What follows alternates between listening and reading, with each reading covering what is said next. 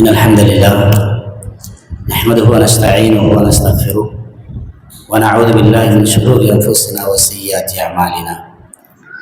من يهده الله فلا مضل له ومن يضلل فلا هادي له.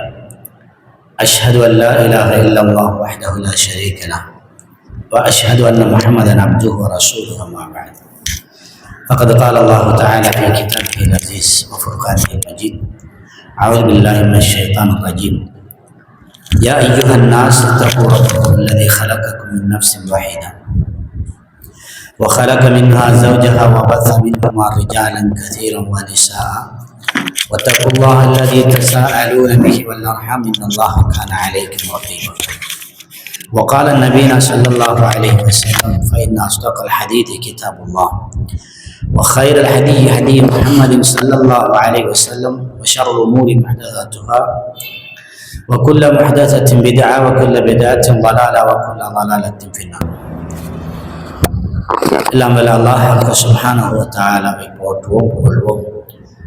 என் கண்மணி நாயகம் ஸல்லல்லாஹு அலைஹி வஸல்லம் அவர்கள் மீது சாந்தி சமாதானம் உரைப்போம். இறுதி நாள் வரைக்கும் மன்னவரின் அடிச்சுவடை பின்பற்றுவோம் இன்ஷா அல்லாஹ். எல்லாம் வல்ல அல்லாஹ் சுப்ஹானஹு வ தஆலாவை நாளை மறும நாளையில நேரடியாக பார்க்கக்கூடிய வாய்ப்பை எனக்கும் உங்களுக்கும் அல்லாஹ் ரப்புல் ஆலமீன் தந்தருவானாக. நபிகளா ஸல்லல்லாஹு அலைஹி வஸல்லம் சொன்னார்கள், மறும நாளையில ஹவுலுல் கௌதர் என்று சொல்லக்கூடிய அந்த தடாகத்தில் நீர் குடிக்கக்கூடிய வாய்ப்பு நமக்கு கிடைத்து விட்டால் சொர்க்கத்திலே நிரந்தரமாக இருந்து விடுவோம். மறும நாளில் அல்லாஹ்வுடைய திருவதனத்தை நேரடியாக பார்க்கக்கூடிய வாய்ப்பு கிடைத்தால் நாம் சொர்க்கவாதிகள் என்ற அடையாளம் என்று சொல்கிறார்கள். எனவேதான் அந்த வாய்ப்பை அனைவருக்கும் அல்லாஹ் ரப்பல் ஆலமீன் தந்தருவானாக என்ற அந்த பிரார்த்தனையோடு இன்றைய நாள் இந்த நிகழ்வில் ஒரு குடும்பத்தோடு தொடர்பான எமக்கு தேவையான ஒரு வரலாற்று பக்கத்தை நாம் புரட்டி பார்க்க வேண்டும். அன்புக்குரிய தாய்மார்களே, நாம் எல்லாம் இந்த உலகத்தில் வாழ்ந்து கொண்டிருப்பதனுடைய மிக முக்கியமான நோக்கம் நாளை மறும நாளையிலே சொர்க்கம் வேண்டும் என்கிற ஒரே ஒரு நோக்கம்தான். இந்த உலகத்தில் வாழுகிற போது அல்லாஹ்வோட தூதரையும் பின்பற்றி ஒழுகி நாளை மறும நாளையிலே சுவன பூஞ்சோலையில் சிற்றுகளாக நாங்கள் எல்லாம் பறக்க வேண்டும். இதுதான் நம்ம எல்லோருடைய நோக்கம்.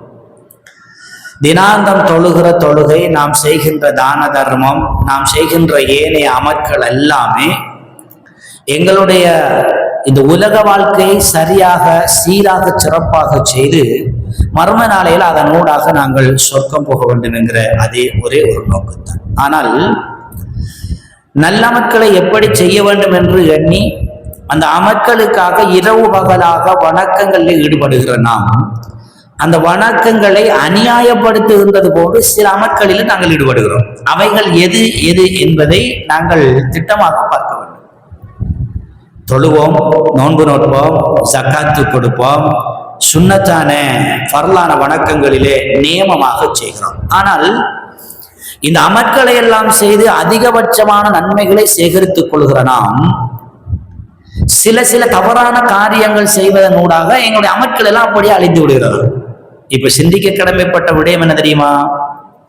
நன்மையை சேகரித்துக் கொள்ள வேண்டிய இந்த உலகத்தில் ஒரு சிறிய விடயம் என்று நாம் கருதுகிற பல விடயங்கள் எங்களுடைய அமல்களை அப்படியே அழித்து விடுகிறார். அதுல மிக முக்கியமான ஒன்றுதான் பெருமானார் ஸல்லல்லாஹு அலைஹி வஸல்லம் சொன்னார்கள், குடும்ப உறவில் வாழுகிற போது ஒரு கணவனோடு நல்ல முறையில் வாழ்ந்து கொள்ளவில்லை என்றால் லானத் என்று சொல்றார். முக்கியமான அம்சம்.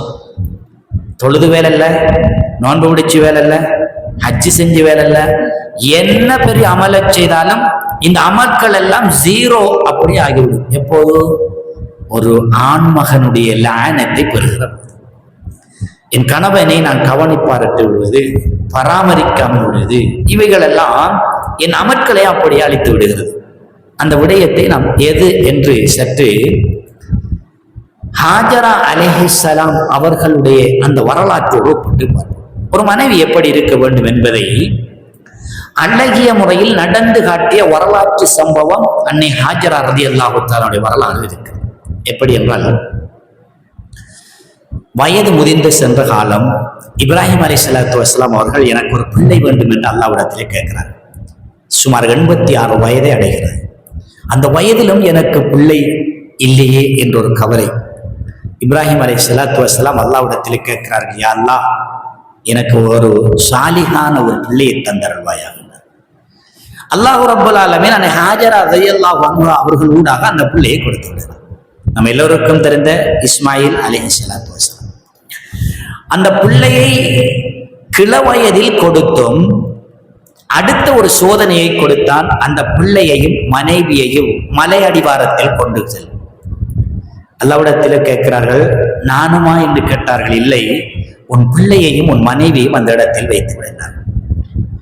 இந்த மலை இருக்கின்ற பகுதி எப்படி என்றால், பறவைகள் இல்லை, பட்சிகள் இல்லை, மனித சஞ்சாரம் இல்லை, உண்ண உணவில்லை, உடுக்க உடை இல்லை, இருப்பதற்கு இல்லை, தண்ணீர் குடிப்பதற்கு நீர்நிலைகளும் இல்லை. யோசித்து பார்க்க வேண்டும். ஒரு மனிதனின் அன்றாடத்தில் வாழ்வதற்கான வாழ்வியல் சூழலில் எதுவெல்லாம் அத்தியாவசிய தேவையோ அந்த தேவைகளை நிறைவு செய்வதற்காக எதுவுமே இல்லை. மனித சஞ்சாரமே அற்ற ஒரு இடம். அந்த இடத்தில் பச்சிலம் பாலகனையும் அந்த பெண்மணியையும் கொண்டு விட்டார்கள். அப்போது அந்த மனைவி கேட்கிறார், இப்ராஹிம் அலைஹிஸ்ஸலாத்து வஸ்ஸலாம் அவர்களை பார்த்து, நீங்கள் செய்கின்ற இந்த விடயம் நீங்களாக செய்கிறீர்களா அல்லது அல்லாஹ்வுடைய ஓடரா? இப்ராஹிம் அலைஹிஸ்ஸலாத்து வஸ்ஸலாம் அவர்கள் கண்கள் எல்லாம் கண்ணீர் வடிய சொன்ன அந்த வார்த்தை, அல்லாஹ் ரப்புல் ஆலமீன் சொன்னான், உங்களை இந்த இடத்தில் விடுமாறு. அன்னை ஹாஜரா ரலியல்லாஹு அன்ஹா சொன்னார்கள், அப்படி என்றால் இறைவனுடைய ஓடர் தான் இது என்றால் எங்களை விட்டு விடுங்கள், நீங்கள் சென்று விடுங்கள் என்றார். நமது வீட்டில் ஒரு நாள், 2 நாள், 3 நாள் அல்லது ஒரு 4 நாள் கடந்து கொண்டிருக்கிறது. வீட்டிலே உண்பதற்கு உணவில்லை, பிள்ளைகள் எல்லாம் பசியோடு இருக்கிறது, தானும் பசியோடு இருக்கிறேன் என்றால், கணவன் இல்லை என்றால் அவனோடு தொடர்பு கொண்டு பார்ப்போம், தொடர்பும் இல்லை என்றால் அடுத்த கட்ட கணவனை எப்படி நாம் பிரிந்து கொள்வது என்கிற அந்த மனோநிலைக்குத்தான் மனிதர்கள் போய்கொண்டிருக்கிறார்.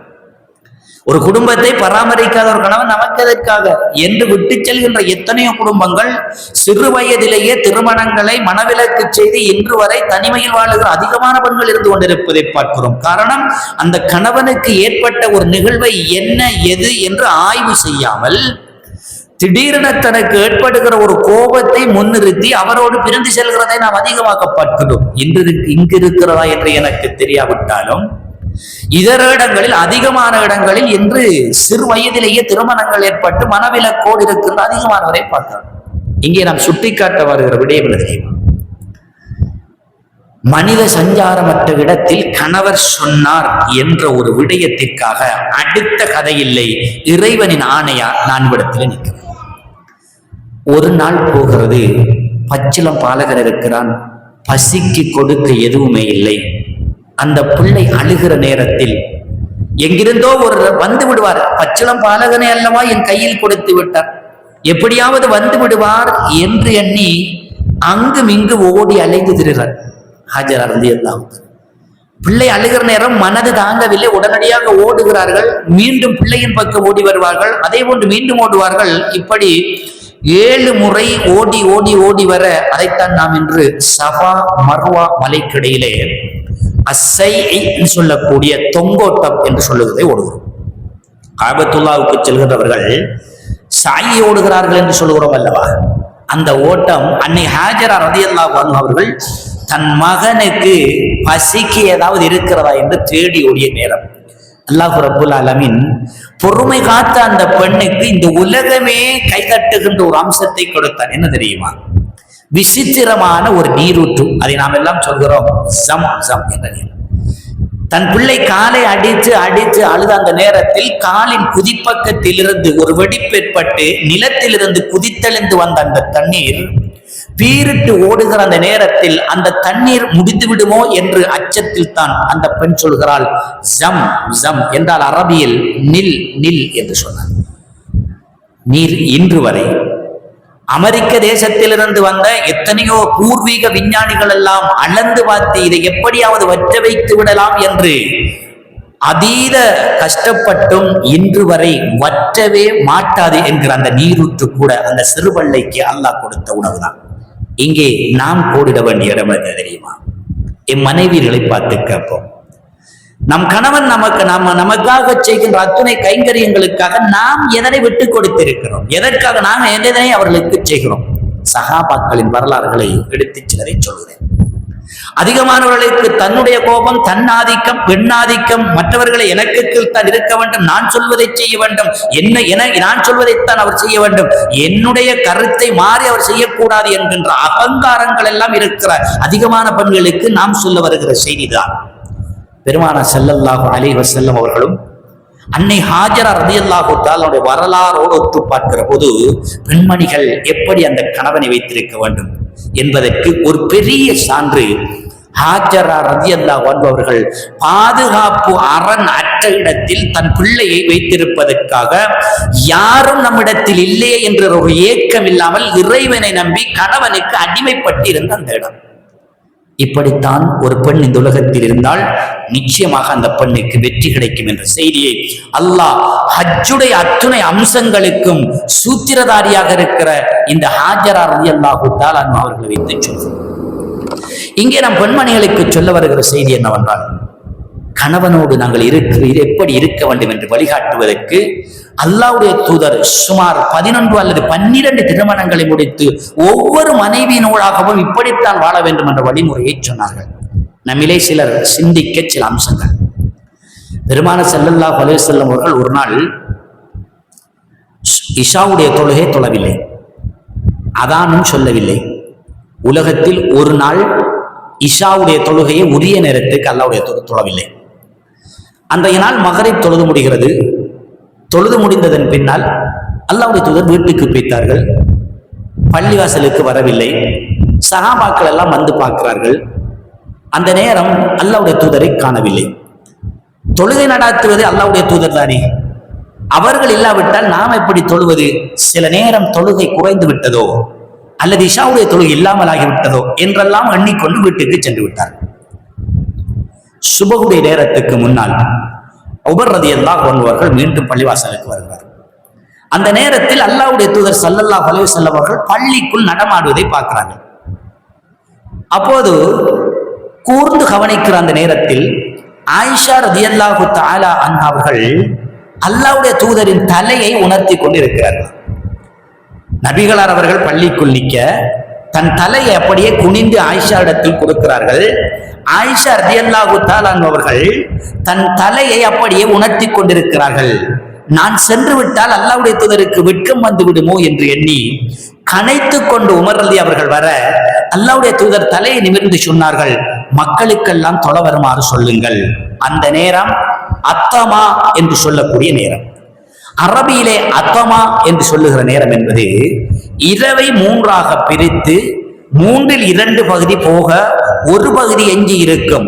சுமார் அந்த நேரத்தை சொல்வதானால் ஒரு 2:30-3 மணியிலிருந்து பிற்பட்ட நேரம்.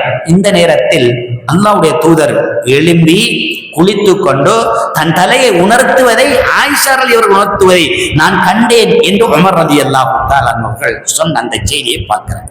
இங்கே நமக்கு சொல்ல வருகிற செய்தி என்ன தெரியுமா?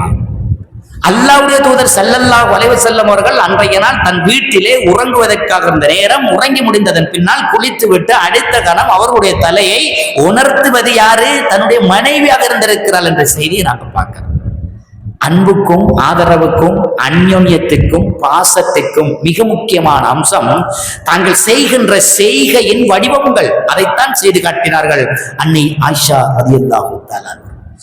உம்மு சலமா ரலியல்லாஹு தஆலா அவர்கள் சொல்கிறார்கள், அல்லாஹ்வுடைய தூதர் எனது வீட்டுக்கு வந்தால் முதலில் அவர்களை அழைத்து வீட்டுக்குள் கொண்டு வருவேன்.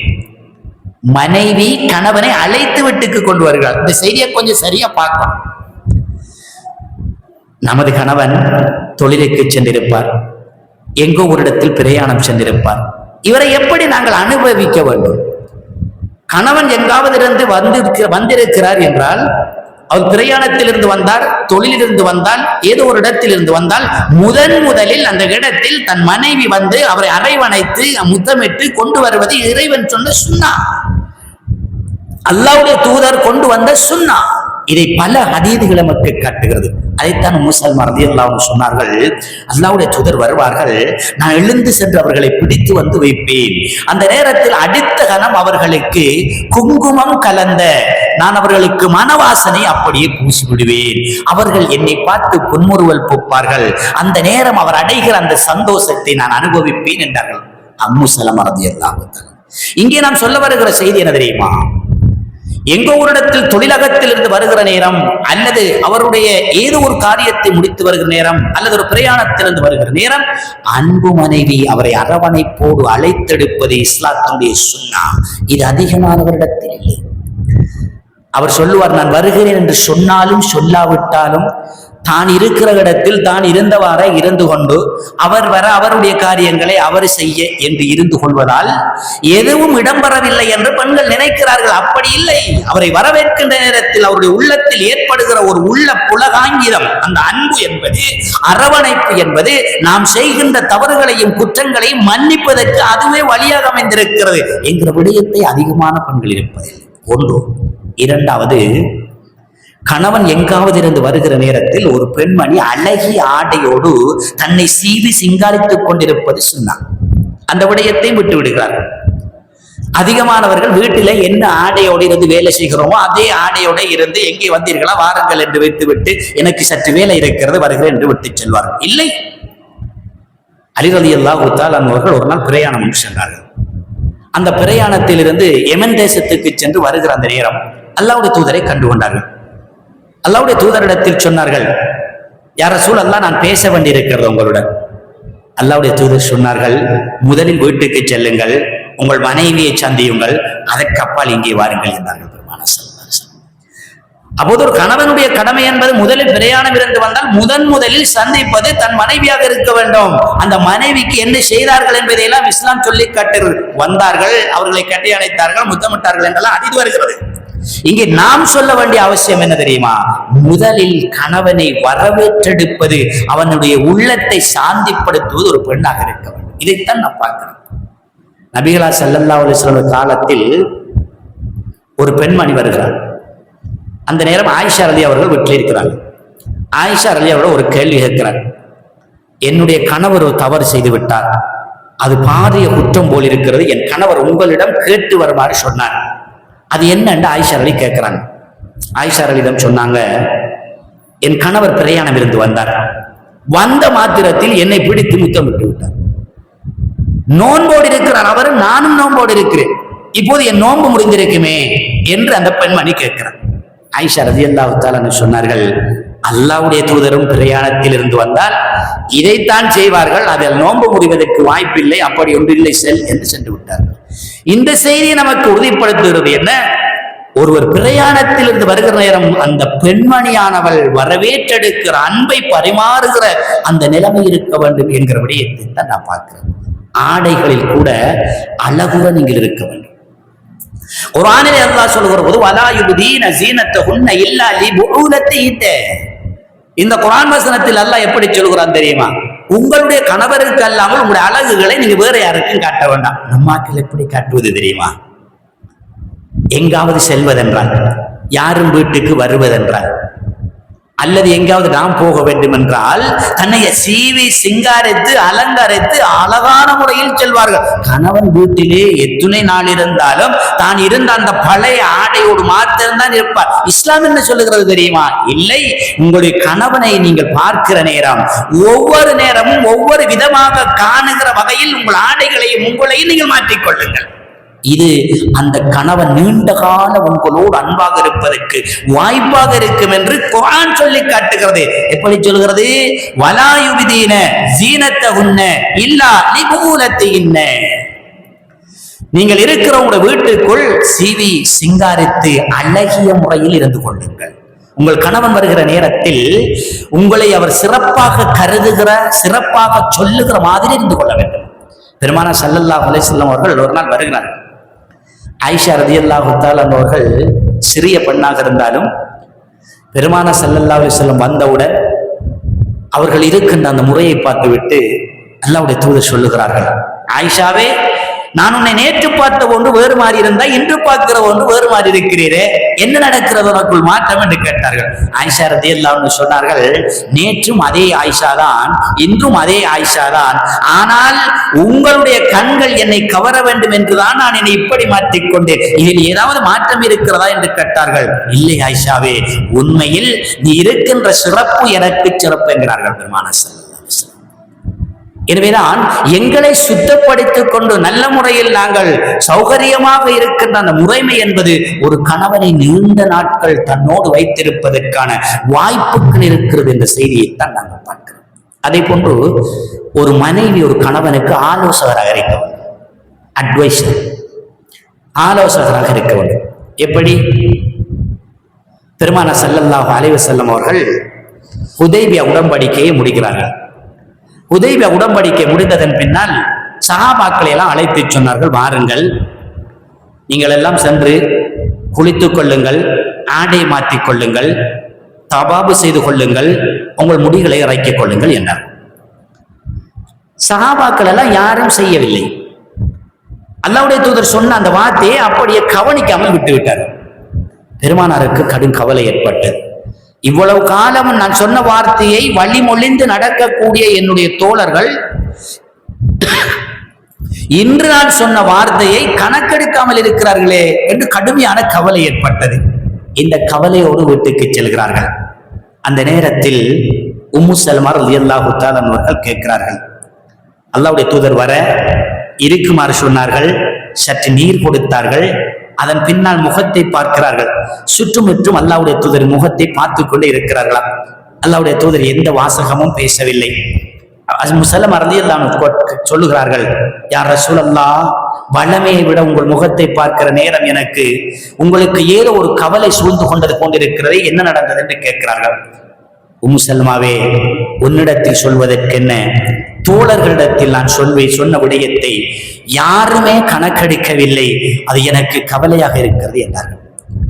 பெருமானார் ஸல்லல்லாஹு அலைஹி வஸல்லம் அவர்களை பார்த்து ஒரு சிரிப்பு சிரித்து விட்டு உம்மு சல்மா ரலியல்லாஹு அன்ஹா சொன்னார்கள், அதற்காக கவலை அடைகிறீர்கள்? இதுவெல்லாம் ஒரு கவலையா? இப்படித்தான் ஒரு மனைவி இருக்கவன்.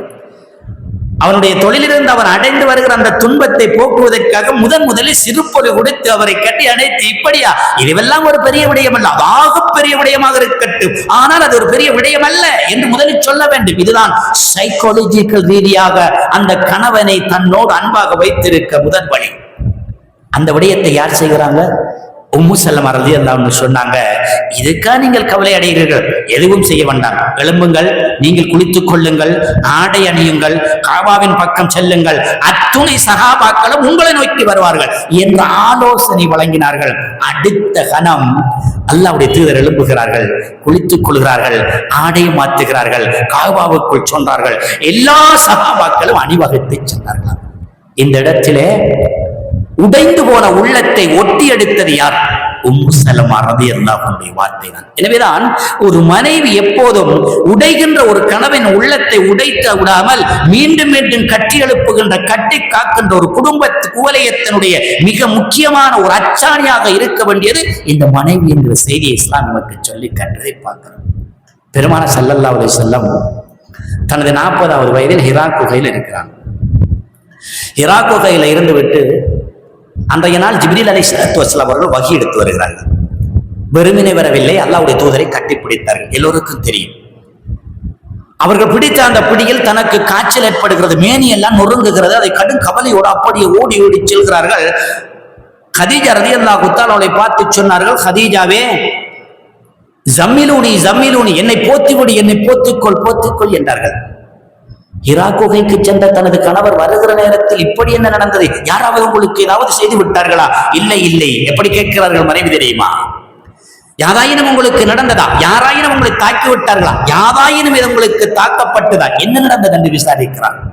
பெருமானார் சொன்னார்கள், நான் குகையில இருக்கிற நேரம் இருட்டு வழியில் யாரோ ஒருவர் வந்தார், நான் அவரை அறியேன், அவர் யார் என்று எனக்கு தெரியாது, என்னை அவர் பிடித்தபடி என் உடல் மேனிகள் எல்லாம் அப்படியே நடுங்குகிறது, கடுமையான காய்ச்சல் வரும் போல் இருக்கிறது, நான் மரணத்தில் விடுவேனோ என்று எனக்கு கவலை என்றார்கள். கதீஜா ரலியல்லாஹு தஆலா சொன்னார்கள், வல்லாஹி லா யுஸீக அல்லாஹு அபதா, என்ன வார்த்தை சொன்னார்கள் தெரியுமா? நபியே, அல்லாஹ் மீதானையாக அல்லாஹ் உங்களை கேவலப்படுத்த மாட்டான். முதல் சொன்ன வார்த்தை. நமது கணவர் கடையில் இருந்தார். வருகிற நேரத்தில் அன்றைய நாள் சில கடன் வந்திருக்கும், அல்லது தொழில் நடக்காமல் இருக்கும். அந்த நேரம் சில நேரம் அவர் முகத்திலே கவலை ரேகை தென்படும். அந்த நேரத்தில் மனைவி என்ன சொல்ல வேண்டும் தெரியுமா? என்ன நடந்தது? சற்று கவலையாக இருப்பது கொண்டிருக்கிறதே. எது நடந்தாலும் எல்லாவற்றையும் விட்டுவிடுங்கள். உலகத்தில் வானம் மேலுக்கு பூமி கீழே அதிலே வாழ்ந்து கொண்டிருக்கிறோம். வருவதை நாம் இருவரும் தாங்கித்தான் ஆக வேண்டும் என்கிற ஒரு நம்பிக்கை வார்த்தையை அந்த மனைவி கொடுக்கணும். இதத்தான் ஹதீஜா ரலியல்லாஹு தஆலா கொடுத்தாங்க. வல்லாஹி லா யுஹ்ஸீக அல்லாஹு அபதா லிஅன்னக லதஸ்லுர் ரஹ்ம. ஏனென்றால் நீங்கள் குடும்ப உறவை அழகாக சேர்ந்து நடக்கிறீங்க. உங்களிடத்தில் யாராவது வந்தால் நல்ல முறையில் பேசிக் கொள்கிறீர்கள். உங்களோடு அளவுலாவுண்ட நண்பர்களோடு நல்ல முறையில் நடந்து கொள்கிறீர்கள். உங்களுடைய குடும்ப உறவுகளை எல்லாம் அழகான முறையில் பராமரித்து கொள்கிறீர்கள். உங்கள் மனைவியை சரியாக பராமரிக்கிறீர்கள். நடைமுறையில் உங்களை விட ஒரு நல்ல மனிதரை நான் காணவில்லை. எனவே அல்லாஹ் உங்களை ஒருபோதும் இழிவுபடுத்த மாட்டான் என்று அந்த வார்த்தையை சொல்லிவிட்டார்கள். அந்த வார்த்தை அல்லாஹ்வுடைய தூதருக்கு மனதை சாந்தி அடைய செய்கிறது. ஒரு படுக்கை விரிப்பை எடுத்தார்கள். விரிப்பிலே படுக்குமாறு சொன்னார்கள். இந்த விடயத்தின் மேலதிக தகவலை நான் கேட்டு வருகிறேன் என்று சொல்லிவிட்டு பரக்கத் இப்னு நௌஃபல் என்று சொல்லுவவரிடத்தில் வருகிறார். அன்றைய நாள் கிறிஸ்துவ மதம் பற்றி அதிகபட்சம் அறிந்திருந்த ஒரு மனிதர் பரக்கத் இப்னு நௌஃபல் என்று சொல்லக்கூடியவர். அவரிடத்தில் வந்தார்கள். இது விடயமாக அப்படியே சொன்னார்கள். எனது கணவர் ஹிரா குகைக்கு சென்றார். அந்த நேரத்தில் இப்படி எல்லாம் நடந்தது. இதற்கான தீர்வு என்ன என்று கேட்டார். அப்போது அவர் சொல்கிறார், அப்படியா? மேற்கொண்டு வந்திருந்த கிறிஸ்துவ மதத்தில் சொல்லப்படுகிற போது ஒரு அழகான அகமது என்பவர் வருவார்.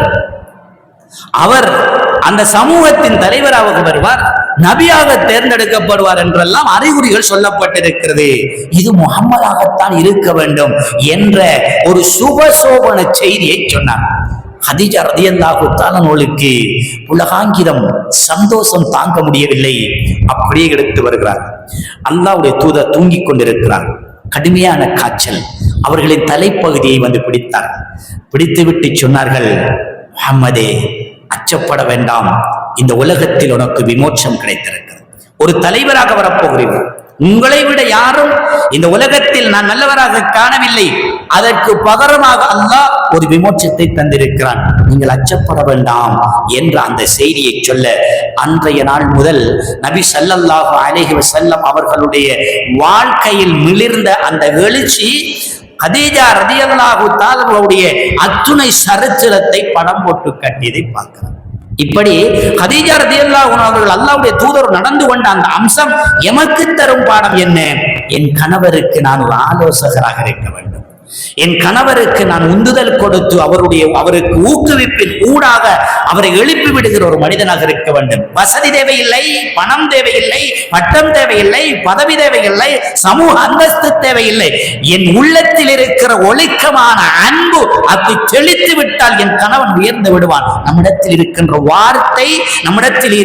வார்த்தை பிரயோகம் ஒரு மனிதனை அப்படியே எழுப்பிவிடும். அன்புக்குரிய சகோதரர்களே, எனவேதான் நான் சொல்லுகிற ஒரு வார்த்தை ஒருவனை வாழ வைக்கும், நான் சொல்லுகிற ஒரு வார்த்தை ஒருவனை மாள வைக்கும் என்பார். எனவேதான் தன் கணவனோடு இறுதி வரைக்கும் நான் இருக்க வேண்டும் என்கின்ற ஒரு பெண் மனிதத்தில் இருக்க வேண்டிய ஒரு மிக முக்கியமான அம்சம் ஆலோசகராக இருக்க வேண்டும். அதைத்தான் உம்மு சலமா ரலியல்லாஹு அன்ஹா அவர்களும் ஹதீஜா ரலியல்லாஹு தஆலா அவர்களும் செய்கிறார். ஒரு நாள் நபி ஸல்லல்லாஹு அலைஹி வஸல்லம் அவர்கள் பிரச்சார பணிக்கு போனார்கள். ஆரம்ப கட்டம் பிரச்சார பணிக்கு போகிறார்கள்.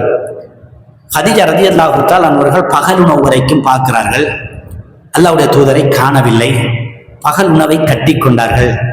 ஒரு சுப்பத்திலே கட்டி கொண்டார்கள். அதை அப்படி எடுத்துக் கொள்கிறார்கள்.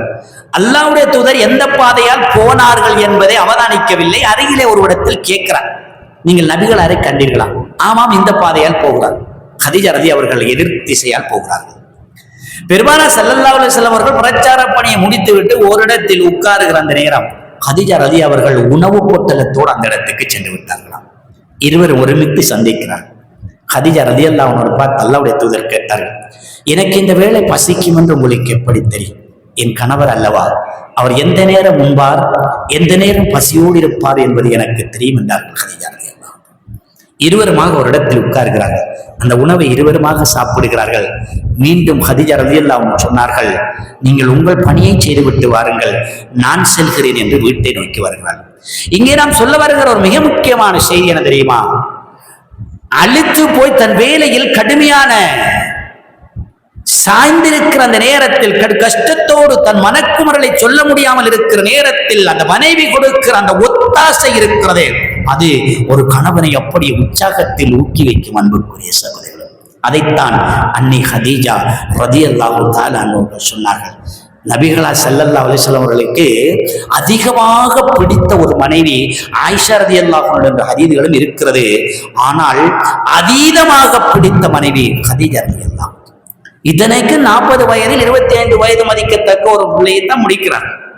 அல்லாஹ்வுடைய தூதருக்கு 25 வயது, 40 வயதான அந்த மனைவி இன்றைய காலகட்டத்தில் ஒரு இளைஞனை பார்த்து 40 வயது மனைவியை முடித்துக்கொள் என்றால் நம்மளை பார்த்து ஏசுவான், இந்த வயது கிழவியையா நாம் முடிப்பதென்று. அல்லாஹ்வுடைய தூதர் ஸல்லல்லாஹு அலைஹி வஸல்லம் அவர்கள் திருமணம் முடித்தவர்களின் பட்டியலில் வயது முதிர்ந்த ஒருவர் கதீஜா ரலியல்லாஹு தஆலா அன்ஹா அவர்கள்.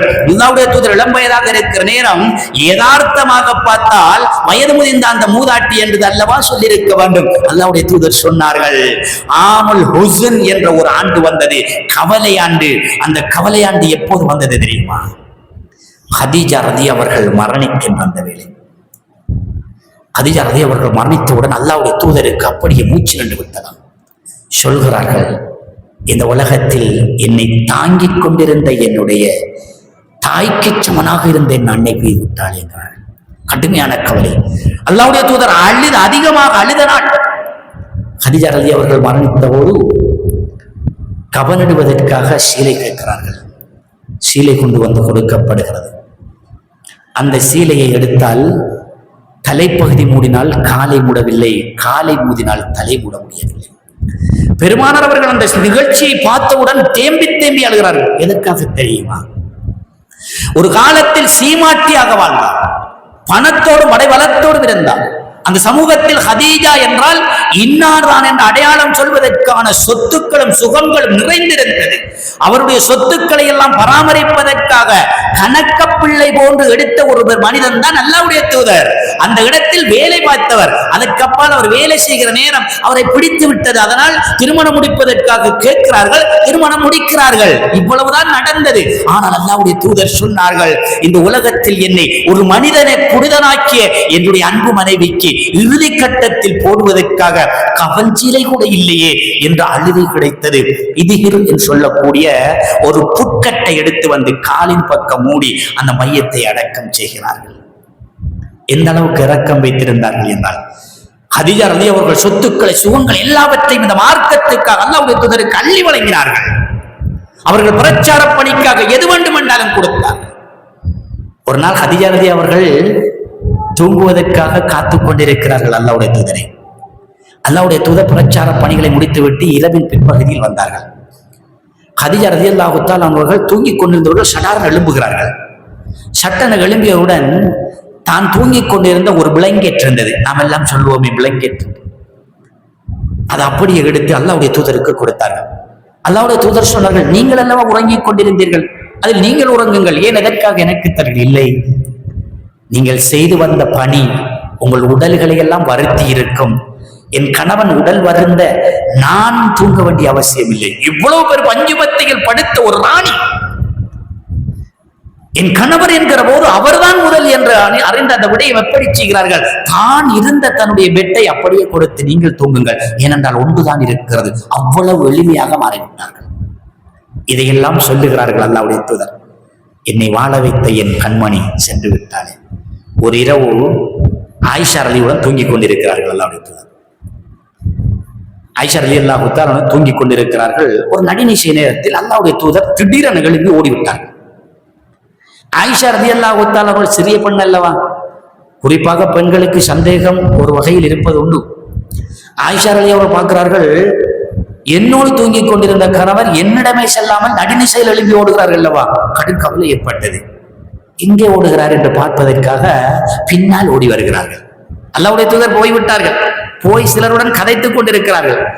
ஆயிஷா ரலி அவர்கள் தெரியாமல் இருட்டுக்குள் ஓடி வந்து பார்த்தார்கள். சில பெண்களுடன் பேசிக் கொண்டிருக்கிறார்கள்.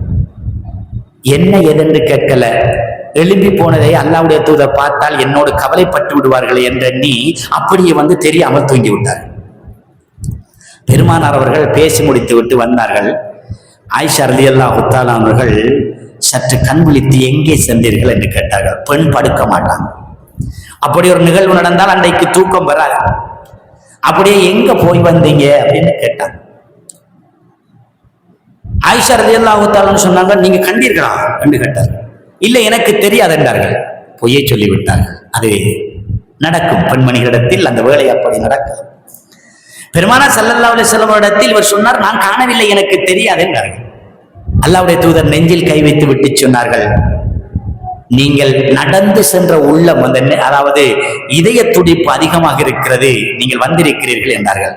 அப்போதுதான் ஆயிஷா ரலி அவர்கள் அல்லாஹ்வுடைய தூதரின் கையை பிடித்து சொன்னார்கள், என்னால் தாங்க முடியவில்லை, என் கணவர் நடுநிசையில் போனால் எங்கே என்று நான் பார்க்க வேண்டுமா இல்லையா, அதனால் நான் பார்த்தேன் என்றார்கள். அல்லாஹ்வுடைய தூதர் சொன்னார்கள், நீங்கள் பெண் அல்லவா, உங்களுக்கு அந்த சந்தேகம் இருக்கத்தான் செய்யும். ஆயிஷா ரலியல்லாஹு தஆலா அவர்களுக்கு எதையாவது சொல்லி ஆகணும் அல்ல. பெருமானார் சொன்னார்கள், நான் கடும் நடுநிசை நேரத்தில் அயர்ந்த தூக்கத்தில் இருந்தேன். அந்த தூக்கத்தில் ஹதீஜா ரலி எனக்கு கதைத்தது கொண்டிருந்தது. ஒரு மனைவியிடத்தில் ஒரு மனைவியை சிறப்பாக சொல்கிறார்கள். அப்படி என்றால் அந்த மனைவி எவ்வளவு பணிவிடைகள் செய்து அவரை கண்ணியமாக வைத்திருப்பார். இதான் நான் பார்க்க வேண்டிய அம்சம். ஆயிஷா ரலியிடம் சொல்லுகிறார்கள், எனக்கு ஹதீஜா கதைத்துக் கொண்டு சென்றது போன்று அந்த குரல் கேட்டது, அதனால் நான் ஓடிவிட்டேன் என்றார்கள். ஆயிஷா ரலி அவருடைய முகங்கள் எல்லாம் கடுகடுக்க, ஹதீஜா மரணித்து எத்தனை வருடமாகிறதே, நீங்கள் என்ன சொல்லுவது எப்படி இருக்கும் என்று கேட்கிறார்கள். நாம் பார்க்க வேண்டிய விடயம் இதுதான். ஒரு மனைவியின் வீட்டிலே இருக்கிற நேரம் அடுத்த மனைவியுடைய குரல் சத்தம் கேட்டதால் நடுநிசையில் எழும்பி சென்றிருக்கிறார்கள் என்றால் அந்த மனைவி தன் உயிரை காவு கொண்டல்லவா அந்த கணவனை பார்த்திருக்கிறார். இதுதான் பார்க்க வேண்டிய அம்சம்.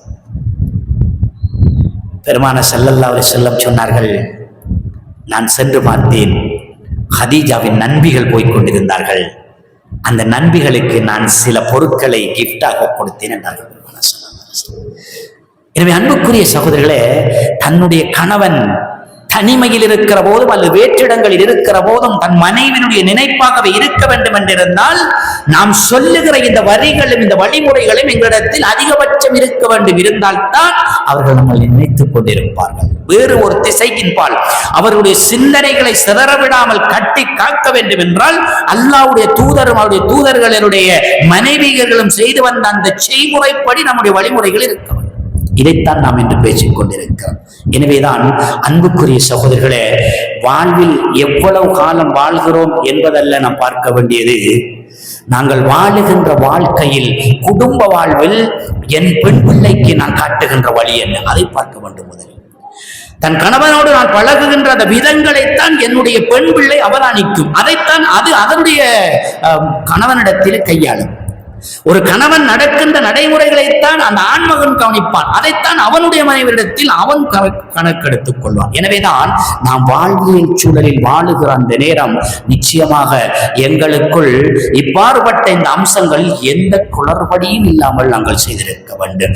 சில நேரம் தவறுகள் குற்றங்களை காணுகிற அந்த நேரத்தில் அவர்களிடத்தில் வாயடித்து அவர்களை மடக்கி எடுக்கின்றவர்களாக நாம் இருந்துவிடக் கூடாது. அதுதான் நமக்கு எங்கே காட்டுகிறது என்றால், நடுநிசையில் அல்லாஹ்வுடைய தூதர் எழும்பி சென்றதை ஆயிஷா ரலி எழும்பி ஏசவில்லை, அழகாக பரிவோடு கேட்டுக்கொண்டார்கள்.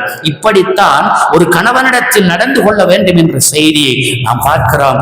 எனவே அன்புக்குரிய சகோதரிகளே, தாய்மார்களே, மார்க்க ரீதியாக நாம் பேசப்படுகிற இந்த அம்சங்கள் வாழ்வியலில் பிரதிபலிக்கிறதா என்று பார்த்துக் கொள்ள வேண்டும்.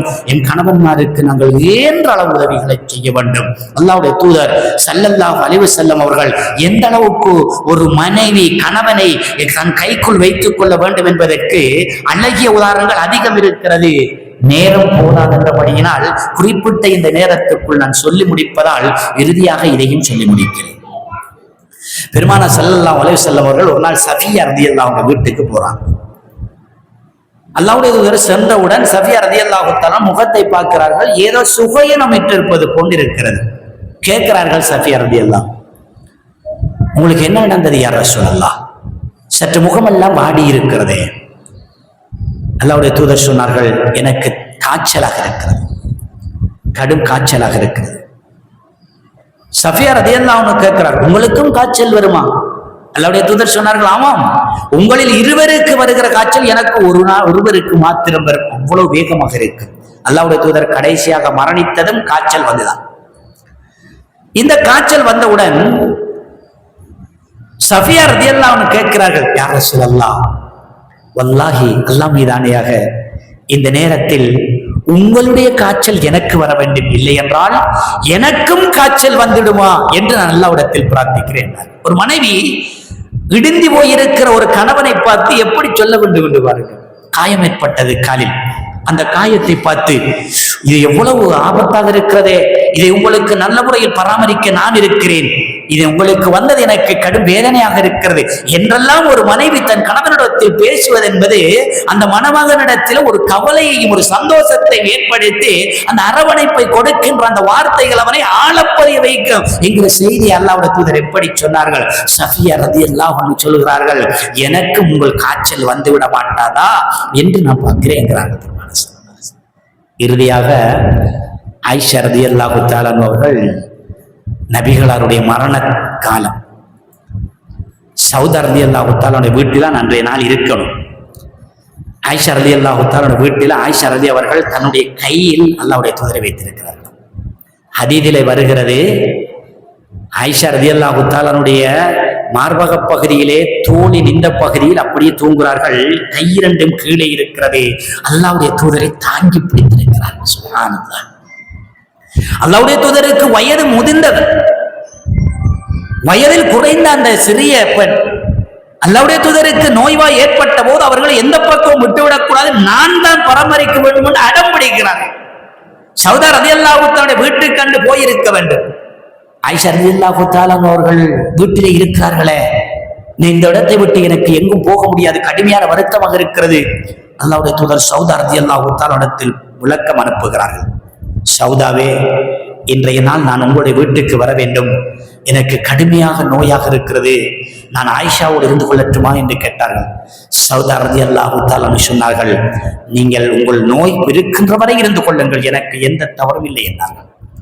ஆயிஷா ரலியல்லாஹு தஆலா தன் கையிலே வைத்திருக்கிறார்கள்.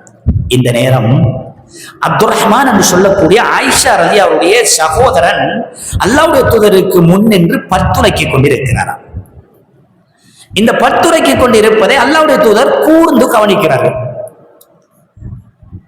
ஆயிஷா ரலியல்லாஹு தஆலா அவர்கள் அல்லாஹ்வுடைய தூதரை அப்படியே பார்த்தார்கள். அப்துர் ரஹ்மான் தனது சகோதரன் பல் துலக்குவதை அல்லாஹ்வுடைய தூதர் பார்த்து கொண்டே இருந்தார்கள். மிச்ச நேரமாக பார்க்கிறார்கள். ஆயிஷா அலி வழங்கிக் கொண்டார்கள், அல்லாஹ்வுடைய தூதரும் பல் துலக்க போகிறார்கள் என்று. உடனடியாக சொன்னார்கள், ஒரு குச்சி எடுத்துவார்கள் என்று.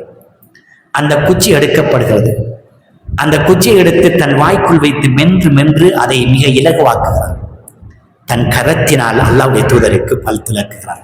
எவ்வளவு சிறப்பான ஒரு அம்சம் என்று பாருங்கள்.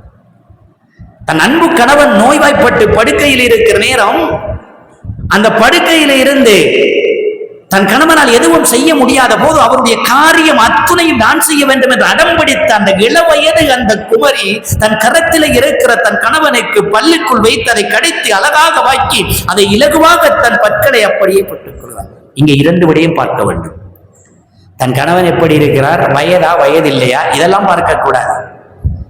ஒரு ஆண் மகன் வயதில் மூத்த ஒரு பெண்ணை திருமணம் முடித்தாலும் அவளை அழகாகவும் அன்பாகவும் ஆதரவாகவும் பார்க்க வேண்டியது அவன் மீது கடமை. அல்லாஹ்வுடைய தூதர் அதிகமாக வயது முதிர்ந்த பெண்களைத்தான் திருமணம் முடித்தார்கள். அது இஸ்லாத்தில் ஆகுமானது, அதில் எந்த குற்றமும் இல்லை. அதே போன்றுதான் வயதில் குறைந்த ஒரு பெண்மணி வயது முதிர்ந்த ஒரு ஆணை முடித்தாலும் எந்த சந்தர்ப்பத்திலும் பரிபகாரத்தோடு அவரோடு இருந்து கொள்ள வேண்டியது அவசியம் என்கிற விடயத்தை பார்க்கிறான். இன்னொன்று, ஒரு கணவனை பார்த்தால் அவர் எண்ணுவதை தன் மனத்தில் வந்திருக்க வேண்டும். அல்லாஹ்வுடைய தூதர் அப்துர் ரஹ்மான் என்பவரை கூர்ந்து கவனித்த போது பல் துலக்குவதற்கு அல்லாஹ்வுடைய தூதர் நாடுகிறார்கள் என்ற சிந்தனை ஆயிஷா ரலி அவர்களுக்கு வந்தது என்ன தெரியுமா? கணவனிலே ஆழப்பதிந்த அன்பு வைத்தால் அவருடைய தேவையை புரிந்து கொள்கிற ஒரு சக்தி நமக்கு வரும். இதைத்தான் அல்லாஹ்வுடைய தூதர் ஸல்லல்லாஹு அலைஹி வஸல்லம் சொன்னார்.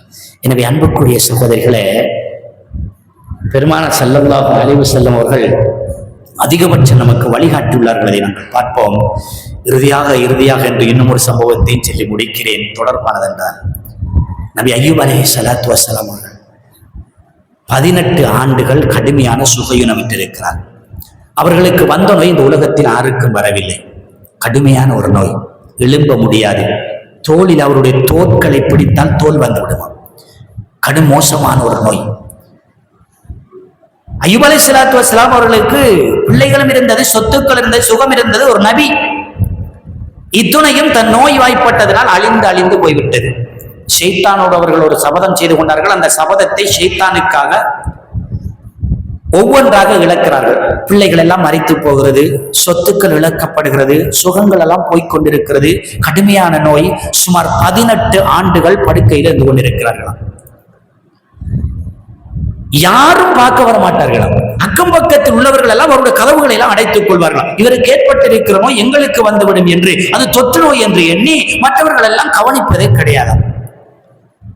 அய்யூப் அலைஹிஸ்ஸலாத்து வஸ்ஸலாமுடைய மனைவி காலையில எழும்புவார்கள். அய்யூப் அலைஹிஸ்ஸலாத்து வஸ்ஸலாமுடைய மேனிகள் எல்லாம் சில புழுக்கள் தெரிக்கும். ஒரு சீலை கொண்டு அதைகள் எல்லாம் துரைத்துக் கொள்வார்கள். இதை கண்ட அக்கம் பக்கங்கள் எல்லாம் பயந்து இவர்கள் யாரும் என் வீட்டுக்கு வரக்கூடாது என்று அவர்கள் படல்களை எல்லாம் அடைத்துக் கொள்வார்கள். அய்யூப் அலைஹிஸ்ஸலாத்து வஸ்ஸலாமுடைய மனைவி 1 நாள் 2 நாள் 3 நாள் பார்க்கிறார்கள், உண்பதற்கு உணவில்லை. கடுமையான கஷ்டம். கணவனை அப்படியே குளித்து ஒரு இடத்தில் அப்படியே தூங்க வைத்து விட்டு சொன்னார்கள், நான் தொழிலுக்கு சொல்கிறேன் என்கிறார்கள். அய்யூப் அலைஹிஸ்ஸலாம் ஒரு நபி. தன் வீட்டில் செல்வ செழிப்புகள் எல்லாம் செறிந்திருந்த நேரம் அல்லாஹ் கொடுத்திருந்த அந்த துணை செல்வ செழிப்புகளை மடித்து சீமாட்டியாக வாழ்ந்த ஒரு மனைவி தொழில் தேடி செல்கிறார். செல்கிற இடமெல்லாம் நாங்கள் தொழில் தர மாட்டோம், நீங்கள் சென்று விடுங்கள் என்று துரத்துகிறார். அடுத்த கிராமத்துக்கு ஒரு நாள் போகிறார்கள். அங்கேயும் தொழில் கிடைக்கவில்லை. என்ன செய்யலாம் என்று யோசிக்கிறார்கள். அங்கே ஒரு தொழில் இருந்தது. தன்னுடைய தலைமுடிகளை வெட்டி சபரி முடிகளாக வைக்கலாம். இதுதான் அங்குள்ள தொழில். அய்யூப் அலைஹிஸ்ஸலாத்து வஸ்ஸலாமுடைய மனைவி ஈட்டில் எதுவுமே இல்லை, இதையாவது செய்வோம் என்று எண்ணி தன் தலைமுடியை வெட்டி வைக்கிறார். அந்த பணத்தை வாங்கி உணவுப் பொருட்களை வாங்கி எடுத்து வருகிறார். வீட்டுக்கு கொண்டு வந்து தன் கணவனுக்கு அதை உணவாக சமைத்து கொடுத்தார்கள். உணவை உண்பதற்கு எழும்பிய அய்யூப் அலைஹிஸ்ஸலாத்து வஸ்ஸலாம் கேட்கிறார்கள், இது என்ன உணவு, எப்படி வந்தீர்கள், எங்கு எடுத்தீர்கள் என்று கேட்டார்கள். அய்யூப் அலைஹிஸ்ஸலாத்து வஸ்ஸலாம் மனைவியர் சொன்னார், நான் இங்கு சென்றேன், அங்கு எந்த தொழிலும் கிடைக்கவில்லை, என் தலைமுடியை வெட்டி கொடுத்து விட்டுவிட்டு தான் உணவு சமைத்தேன் என்றார்கள். நபி அய்யூப் அலைஹிஸ்ஸலாத்து வஸ்ஸலாம் அவர்களும் அன்பு மனைவியும் ஆறத் தழுவி அழுத அந்த அழுகை காட்சியை அல்லாஹ் பார்த்து கொண்டிருக்கிறான். அந்த நேரம்தான் அய்யூப் அலைஹிஸ்ஸலாத்து வஸ்ஸலாம் அவருடைய மனைவி சொல்கிறார்கள், அல்லாஹ்விடத்தில் கொஞ்சம் துஆ கேட்க கூடாதா? நீங்கள் ஒரு நபி அல்லவா, சற்று கேட்டு பாருங்கள். உடனடியாக அய்யூப் அலைஹிஸ்ஸலாம் சொன்னார்கள், அல்லாஹ் எனக்கு எவ்வளவு செல்வங்களை தந்தானே, அந்த நேரம் நான் கேட்காத நான் கேட்க வேண்டும்? இல்லை, நீங்கள் கேட்டு பாருங்கள் ஒரு முறை. அப்போதுதான் கேட்டார்கள். அல்லாஹ் குர்ஆனிலே சொல்கிறான், இன்னி மஸ்ஸனி அல்-துர் வ அன்த அர்ஹமுர் ராஹிமீன் என்ற இந்த குர்ஆன் வசனம் அய்யூப் அலைஹிஸ்ஸலாத்து வஸ்ஸலாம் அவர்கள் கேட்ட அந்த துஆ. அந்த துஆவை கேட்ட அடுத்த நிமிடத்தில் அல்லாஹ் சொன்னான், நபியே நீ எழும்பு, நீரெடுத்து குளித்துக் கொள் என்றான். குளித்து அடுத்த நிமிடத்தில் அத்துணை நோய்களும் சென்று விட்டதாம். சுப்ஹானல்லாஹ். இங்கே நாம் கோடிட வேண்டிய இடம் என்ன தெரியுமா? 18 ஆண்டுகள் தன் கணவனுக்கு எது வந்தாலும், என் கணவன் எருமா போடு தன் கணவனிடத்தில் இருந்து அதை பராமரித்த அந்த மனைவி, அதுதான் கணவனை பராமரித்த உண்மை மனைவி என்று அல்லாஹ் செறிந்து சொல்கிற அந்த வார்த்தைகள் திருமறையில இருப்பதை நாங்கள் பார்க்கின்றோம். எனவே கண்ணியத்துக்குரிய சகோதரிகளே, தாய்மார்களே, எல்லாம் வல்ல அல்லாஹ் எம் அனைவருக்கும் அருள் பெறுவானாக. நாம் போதுமான அளவு கணவனை எப்படி வைத்திருக்க வேண்டும் என்கிற அறிவுரைகளை பெற்றிருக்கிறோம்.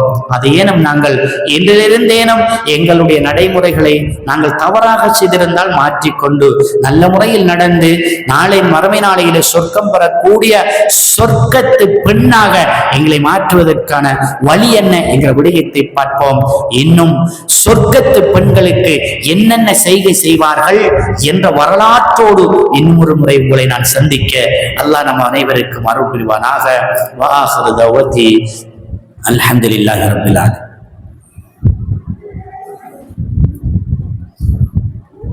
நீண்ட நேரம் எடுத்துட்டோம் போல, சாரி, மன்னிச்சுக்கங்க. உங்கள்கிட்ட கேள்வி கேட்குமாறு சொன்னாங்க, 2 கேள்வி. அந்த கேள்வி எழுதுறாக்கள் எழுதி கொடுங்க. நீங்களா?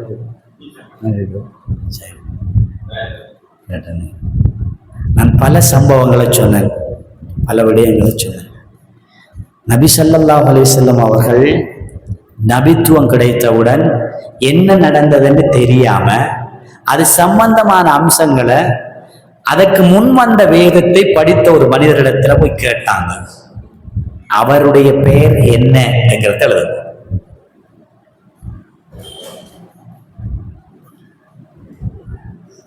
இரண்டாவது, நபி, சரியா? திரும்ப சொல்லணுமா? அதை இல்லை, கேள்வியை திரும்ப சொல்லணுமா? இரண்டாவது கேள்வி, நபி ஸல்லல்லாஹு அலைஹி வஸல்லம் அவர்களுடன் இருந்த 11 அல்லது 12 மனைவிகளில் ஒரு மனைவி நபிகளாருக்கு தலையீடி அல்லது காய்ச்சல் வந்தபோது எனக்கும் அது வந்துவிட வேண்டும் என்று பிரார்த்தித்தாங்க. எனக்கும் அது வரக்கூடாதா என்று கேட்டாங்க. அந்த மனைவியுடைய பெயரையும் நான் சொல்லி இருந்தேன். அந்த பெயர் என்ன என்பதையும் எழுதினா 2 கேள்வி வரும்.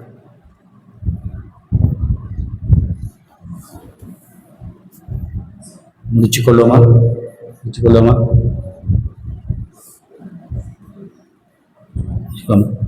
சுப்ஹானக அல்லாஹும்ம பிஹம்திக் அஷ்ஹது அன் லா இலாஹா இல்லா அன்த அஸ்தக்ஃபிருக்க